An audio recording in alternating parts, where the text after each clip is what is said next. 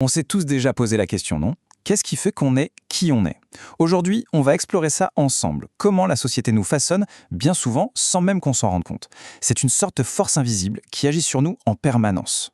Cette question, elle est vraiment au cœur de la sociologie et bien sûr de nos propres vies. Pensez-y, qu'est-ce qui détermine nos goûts, nos ambitions, notre manière de voir le monde? Est-ce que ce sont vraiment des choix purement personnels ou est-ce que c'est le résultat d'un processus beaucoup plus large? Eh bien, la réponse à tout ça, elle tient en un seul mot, la socialisation. C'est un peu le mode d'emploi invisible de la société, voyez?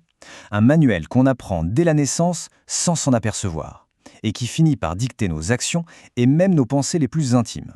Alors, comme pour n'importe quelle construction, tout commence par les fondations, bien sûr. C'est ce qu'on appelle la socialisation primaire. C'est celle qui a lieu pendant l'enfance et croyez-moi, elle est absolument déterminante pour tout le reste.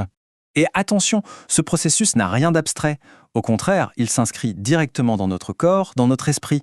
Ça va influencer notre façon de marcher, de dormir, mais aussi nos goûts en matière de culture, nos ambitions professionnelles. C'est vraiment ça qui explique pourquoi les parcours de vie sont si souvent, si étroitement liés au milieu social d'où l'on vient. Alors, qui sont les premiers architectes de cette identité sociale? Sans grande surprise, c'est la famille. C'est vraiment dans ce tout premier cercle que les plans de notre personnalité sont dessinés. Des schémas qui vont nous marquer pour toute la vie. Mais attention, il faut nuancer. L'image de la famille dite traditionnelle est en pleine mutation. D'ailleurs, comme on le voit sur ce graphique, aujourd'hui près d'un tiers des enfants grandissent dans une structure familiale différente. Et ça veut dire quoi? Eh bien, ça veut dire que les modèles et les conditions de socialisation se diversifient énormément. Et derrière cette diversité des modèles familiaux, il y a une réalité économique qui est assez frappante.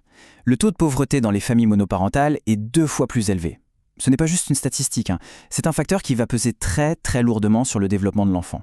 Forcément, cette pression économique, elle a des conséquences très concrètes. Moins de ressources, ça peut vouloir dire moins d'espace personnel, comme ne pas avoir sa propre chambre. Ça peut aussi signifier que les parents sont moins disponibles pour aider aux devoirs. Et au final, ça peut rendre le parcours scolaire et le parcours de vie en général plus difficile. On le voit bien, la socialisation, c'est aussi une question de moyens. Bon, on a parlé des fondations. Mais ce n'est que le début de l'histoire. La vie continue, et avec elle, notre remodelage social, si on peut dire. C'est là qu'on entre dans la deuxième grande étape, la socialisation secondaire.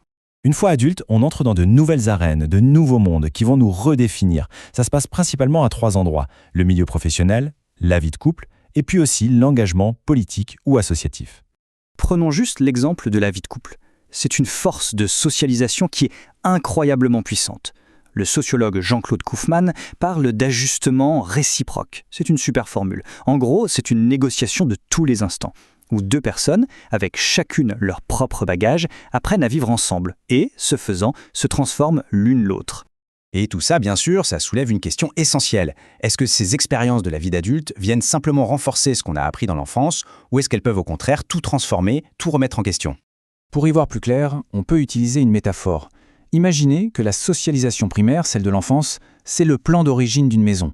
Et la socialisation secondaire, eh bien, c'est le grand chantier de rénovation qui va durer toute la vie. Et parfois, ces rénovations sont tellement profondes qu'elles changent complètement la structure de la maison. C'est là qu'on observe ce que les sociologues appellent des trajectoires improbables, c'est-à-dire des parcours de vie d'individus qui déjouent absolument tous les pronostics liés à leur milieu d'origine. C'est un phénomène que des auteurs comme Annie Ernaux ou Didier Eribon ont d'ailleurs magnifiquement décrit. Ils racontent le coût personnel, la complexité de cette transformation.